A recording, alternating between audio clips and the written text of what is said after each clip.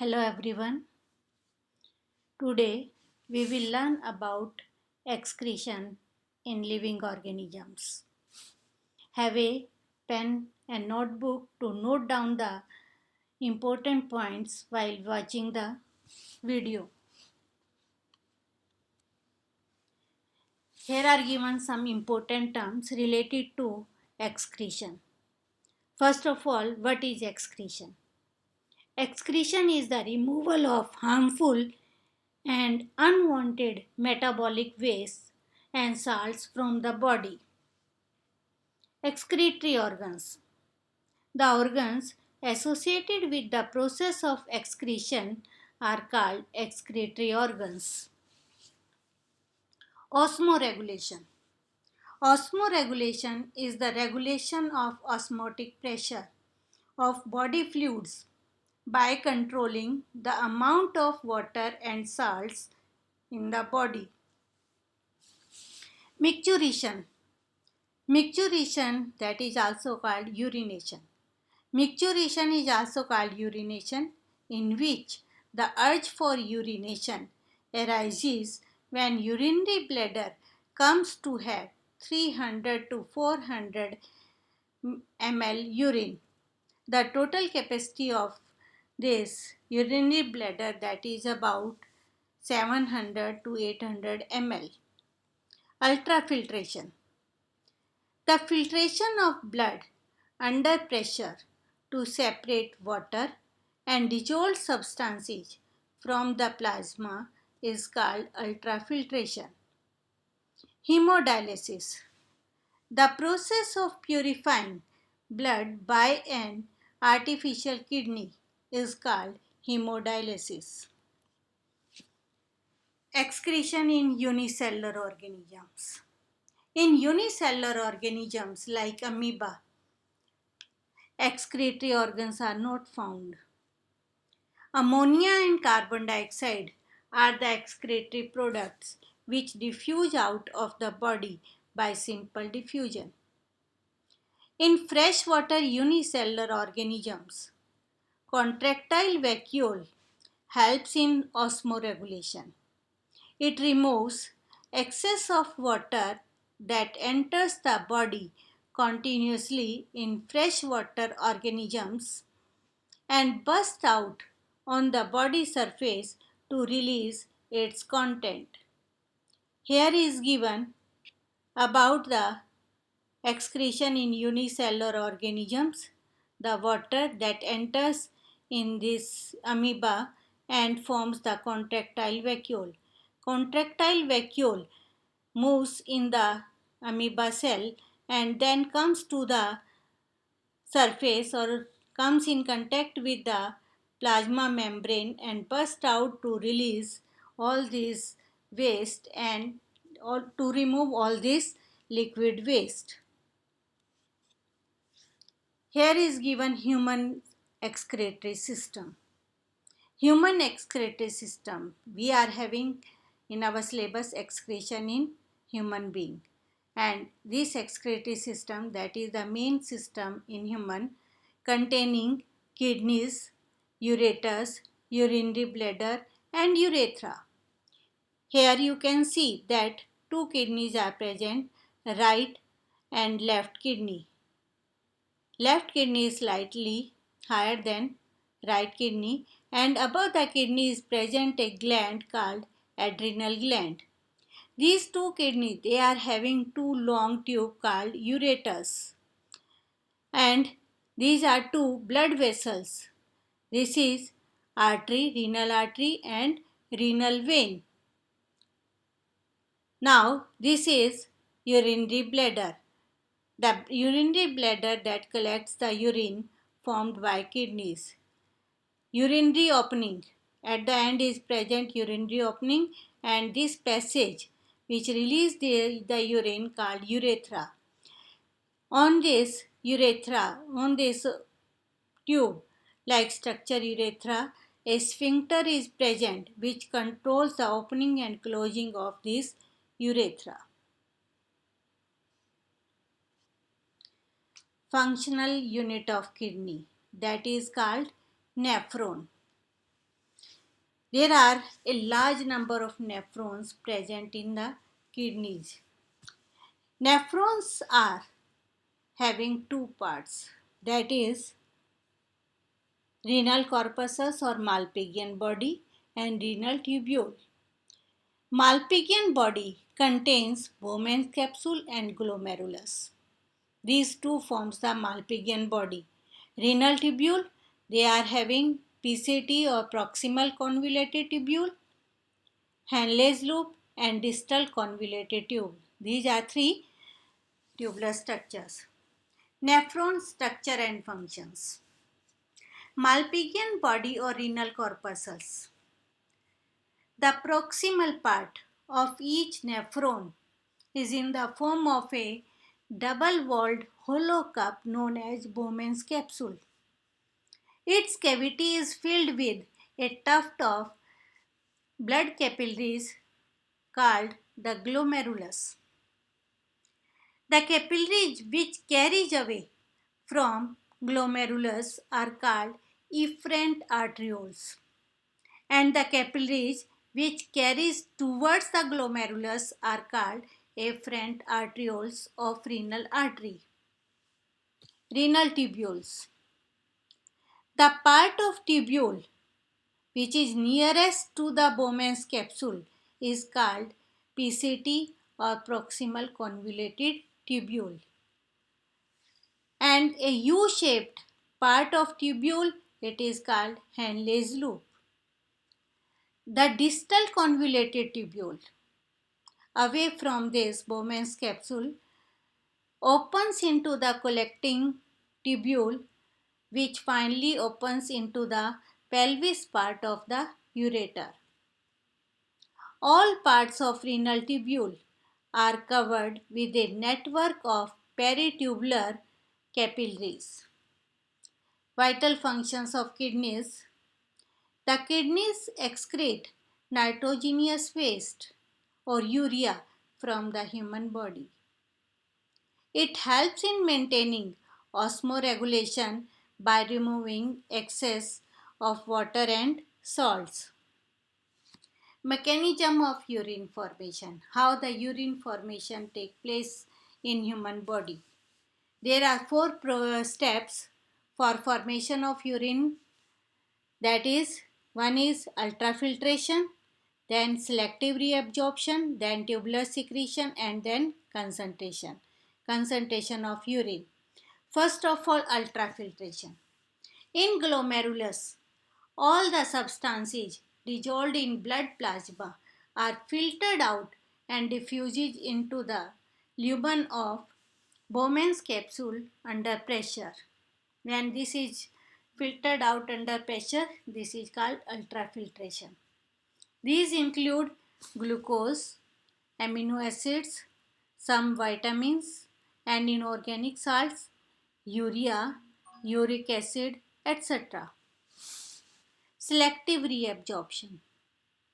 The useful substances from glomerular filtrate are reabsorbed into the blood of efferent arterioles. For this purpose, efferent arterioles forms a network of peritubular capillaries around convoluted tubules. And Henle's loop. Almost all the useful substances like glucose, amino acids, some inorganic salts, and most of water are reabsorbed in PCT because our body cannot afford to lose all these useful substances. Tubular secretion. That waste products left in blood capillaries are secreted into the uriniferous tubules by diffusion. By diffusion from the surrounding through the capillaries, it comes in the tubular, in the peritubular structures.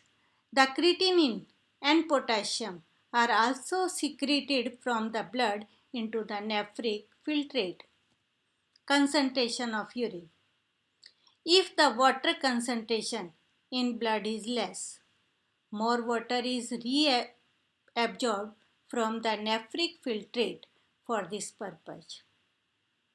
ADH, antidiuretic hormone, is released and help in concentrating urine and in osmoregulation. Mechanism of urine formation. Here we can see that the blood through the renal arteries that comes to the Bowman's capsule. In the Bowman's capsule, by the ultrafiltration, most of the substances, dissolved substances and water that comes in the Bowman's capsule and proximal convoluted tubule by the ultrafiltration. This is called glomerular filtrate, in which most of the useful substances are present. But in PCT or proximal convoluted tubule, about 75 to 80% these useful substances they are reabsorbed by our body. Then it moves in the Henle's loop, where remaining useful substances they are absorbed, and then it comes to the DCT. In the DCT, concentration of urine take place. ADH is released if the water is less in the blood or water concentration is less. Then ADH is released by the pituitary gland to concentrate this urine, and through this collecting tubule then it comes to the ureter, and the urine that stores in the urinary bladder. Hemodialysis, that is called artificial kidney. If both the kidneys of a patient are completely damaged, then the blood is filtered artificially through a dialysis machine. It removes urea and excess of salts from the blood. Blood of patient is taken out from the main artery, cooled to 0 degrees Celsius and mixed with heparin. Heparin that prevents the coagulation of blood when it comes out from the body. This blood is pumped into an artificial kidney, where blood flows through channels formed of semi-permeable membrane of cellophane. The cellophane is the material, and this cellophane tube having the same density as that of our blood vessels. Cellophane tubes are kept in a dialyzing fluid containing some small solutes and mineral ions. The blood flows through cellophane tubes, and nitrogenous waste like urea, uric acid, creatinine, etc. are diffused out in the dialyzing fluid.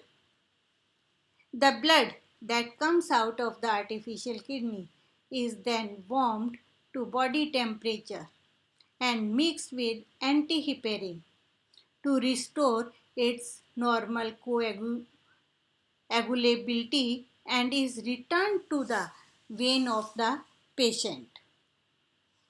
Here we can see the hemodialysis or dialysis machine. Have you seen in the hospitals? Dialysis room is there, and in the corner a box like structure is kept there, that is the dialysis machine.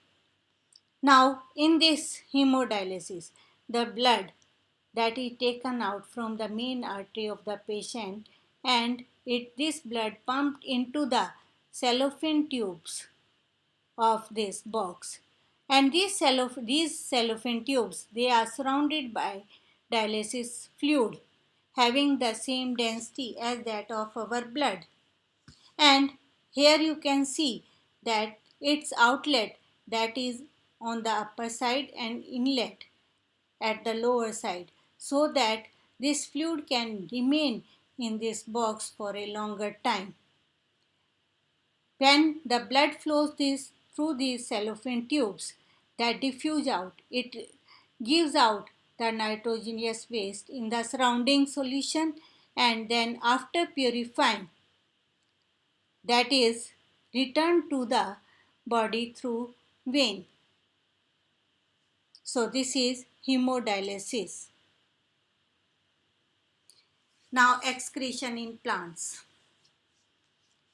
We know that plants do not have any specific excretory organs for the elimination of waste products. They excrete out by the following ways: old xylem vessels, tannins, resins, gums, and other similar wastes are deposited in old non-functional xylem. Such xylem components form heartwood of plant. Old leaves. Certain wastes accumulate in older leaves, which are soon shed off. Bark, tannins, etc. are deposited in dead cells of bark, which gets peeled off periodically. As crystals in living cells, salts like calcium oxalate and calcium carbonate. Calcium oxalate we can see in guava also. Calcium carbonate get deposited in the form of crystals. Some substances are stored in the central vacuole of the cells. Salt glands. These salt glands are found in those plants which are in the saline habitat, which are found in the saline habitat having large concentration of salt. Plants living in saline habitats excrete excess of salt. Thanks.